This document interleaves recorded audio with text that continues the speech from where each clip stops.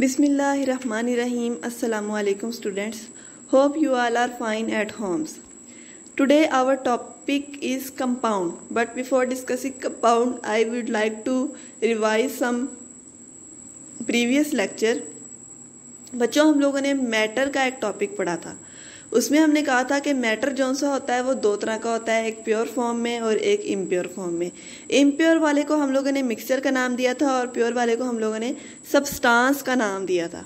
और सब्सटेंस को फिर हम लोगों ने आगे दो तरह से क्लासिफाई किया था. एक को हमने कहा था एलिमेंट और दूसरे को हमने कहा था कंपाउंड. एलिमेंट हम लोगों ने इससे पिछले लेक्चर को छोड़ के उससे पिछले लेक्चर के अंदर हमने डिस्कस किया था. और आज हम लोग सब्सटेंस की जो दूसरी क्लासिफिकेशन है कंपाउंड, हम लोग कंपाउंड डिस्कस करने जा रहे हैं. तो मैटर की प्योर फॉर्म की एक क्लासिफिकेशन है जिसको हम कंपाउंड बोलते हैं, वो हम पढ़ने जा रहे हैं. ठीक है, तो पहले हम देख लेते हैं कि कंपाउंड को हम डिफाइन कैसे करते हैं. Compound is defined as it is a substance. वो एक ऐसा सब्सटेंस है made up of two or more elements, जो दो या दो से ज़्यादा एलिमेंट्स से मिलकर बनता है. और वो एलिमेंट्स कैसे मिलते हैं?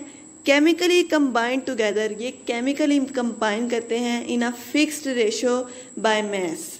ठीक है, जो उनके मैस की रेशो होती है वो हमेशा फिक्स्ड होती है. फिक्स्ड रेशो बाय मैस का मतलब ये है कि वो कंपाउंड जहाँ पर मर्जी एग्जिस्ट करे, दुनिया के किसी कोने में हो, किसी कंडीशन के अंदर हो, उसके अंदर मास की कंपोजिशन हमेशा सेम होगी.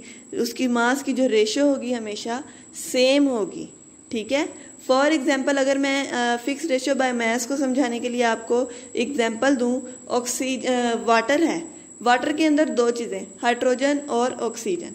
ठीक है, जितनी रेशो हाइड्रोजन और ऑक्सीजन की मिलकर वाटर बनना है ना, वाटर कहीं पे बन जाए हमेशा वही रेशो होगी. इसलिए हम ये बोलते हैं कि compound is an substance made up of two or more elements जो कि केमिकली कंबाइन करते हैं in a fixed ratio by mass, यानी कि उनके मास की हमेशा फिक्स्ड रेशो होती है. ठीक है, एलिमेंट जो से होते हैं वो जो मिलने वाले एलिमेंट्स हैं. हमने क्या कहा कि कंपाउंड जो है दो या दो से ज़्यादा एलिमेंट से मिलकर बनता है. ठीक है, अब जो एलिमेंट मिल रहे हैं वो अपनी आइडेंटिटी खो देते हैं, यानी कि lose their identity. Hydrogen gas थी, ऑक्सीजन गैस थी. वाटर के अंदर आपको कभी गैस नज़र आई है? नहीं ना नज़र आई. तो जो एलिमेंट मिलते हैं वो अपनी प्रॉपर्टीज़ को खो देते हैं, अपनी प्रॉपर्टीज़ को लॉस कर देते हैं and form a new substance, और एक नया सब्सटेंस बना देते हैं हैविंग डिफरेंट प्रॉपर्टीज़, जिसकी प्रॉपर्टीज़ क्या होती हैं? Different.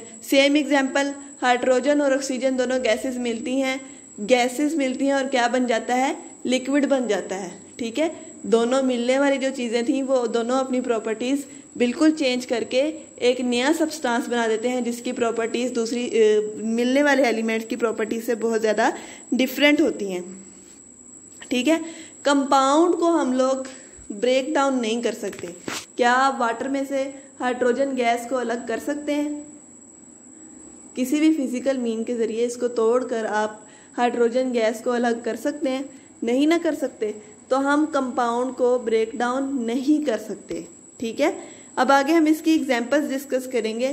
For example, carbon dioxide. Carbon dioxide is formed when element of carbon and oxygen. Carbon dioxide CO2 तब बनती है जब कार्बन और ऑक्सीजन मिलते हैं फिक्स रेशो के अंदर. क्या फिक्स रेशो होती है बच्चों? कार्बन का एटॉमिक मास होता है 12 और ऑक्सीजन का होता है 30. ऑक्सीजन का 16 होता है, लेकिन CO2 है तो ऑक्सीजन का हम 2 से मल्टीप्लाई करते हैं, 16 2 ज़ा 32. ठीक है, कार्बन का 12 है और ऑक्सीजन का क्या बनेगा? 32. तो इनके फिक्स रेशो बाय मास क्या होगी? 12:32. और अगर हम इस रेशो को मज़ीद सिंपल फॉर्म के अंदर लेकर जाएं तो ये 4 पर डिवाइड हो जाता है. 4 3 ज़ा 12, 4 8 ज़ा 32. तो फिक्स रेशो क्या हो जाती है? 3:8. तो कार्बन और ऑक्सीजन की फिक्स रेशो 12:32 जब मिलेगी तो हमेशा क्या बनेगा? Carbon dioxide. सेम वाटर की एग्जांपल है कि वाटर कब बनता है? Water is formed when hydrogen and oxygen combine in a fix ratio of 8। Water हमेशा तब बनता है जब कार्बन, हाइड्रोजन और ऑक्सीजन फिक्स रेशियो यानी कि 1:8 के अंदर कंबाइन करते हैं। ठीक है, हाइड्रोजन का एटॉमिक मास 1 होता है और यहाँ पर हाइड्रोजन के कितने एटम्स होते हैं? 2 होते हैं।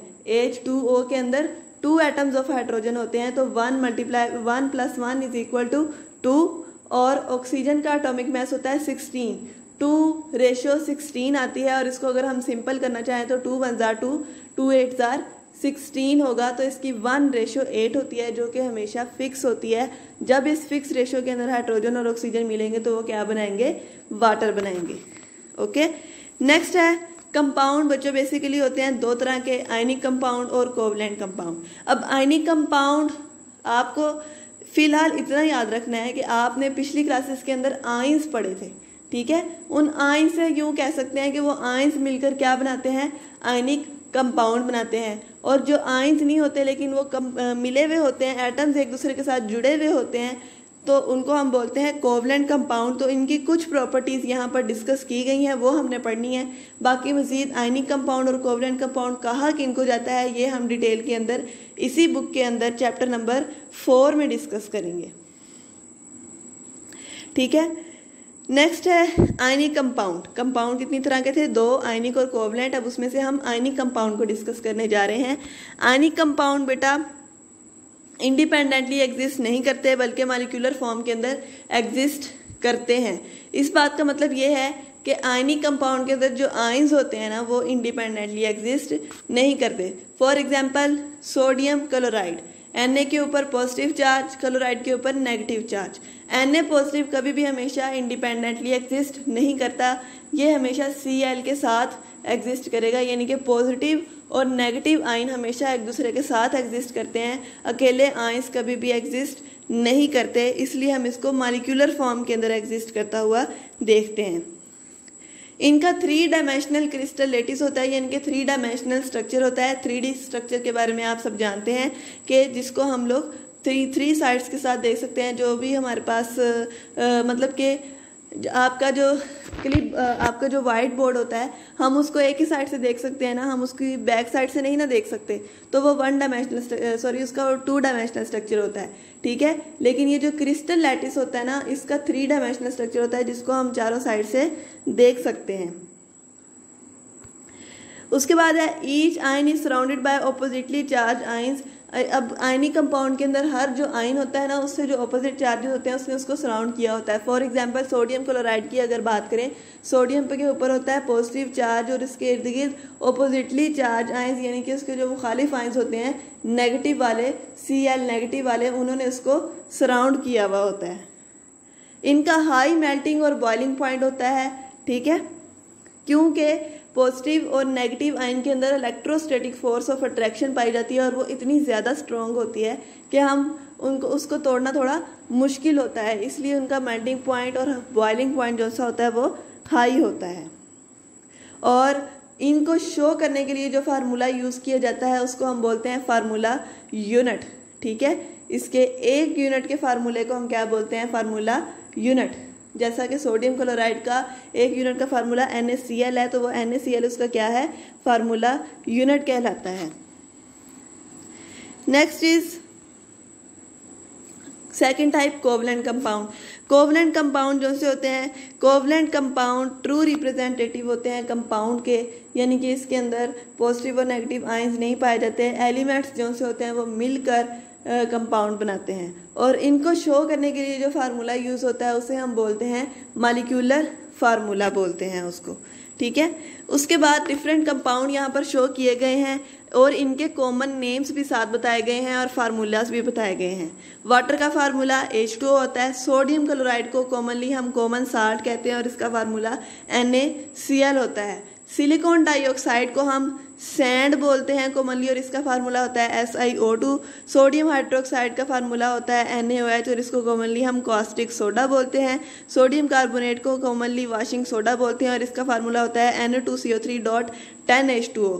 कैल्शियम ऑक्साइड को हम क्विक लाइम बोलते हैं और इसका फार्मूला होता है CaO। कैल्शियम कार्बोनेट का कॉमन नेम होता है लाइमस्टोन, इसका फार्मूला होता है CaCO3।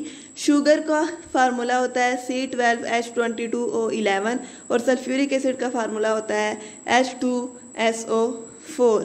ये सारे फार्मूलाज और कॉमन नेम आप लोगों ने अच्छे से याद करने हैं और कंपाउंड की डेफिनेशन और उसकी एग्जांपल्स बहुत अच्छे से याद करनी है। आयनिक कंपाउंड और कोवलेंट कंपाउंड के अंदर डिफरेंस आ सकता है, वो आपने अच्छे से याद करना है। उम्मीद है आपको समझ आई होगी। अल्लाह ताला आपको अपने हिफ्ज़ व ईमान में रखे। अल्लाह हाफिज़।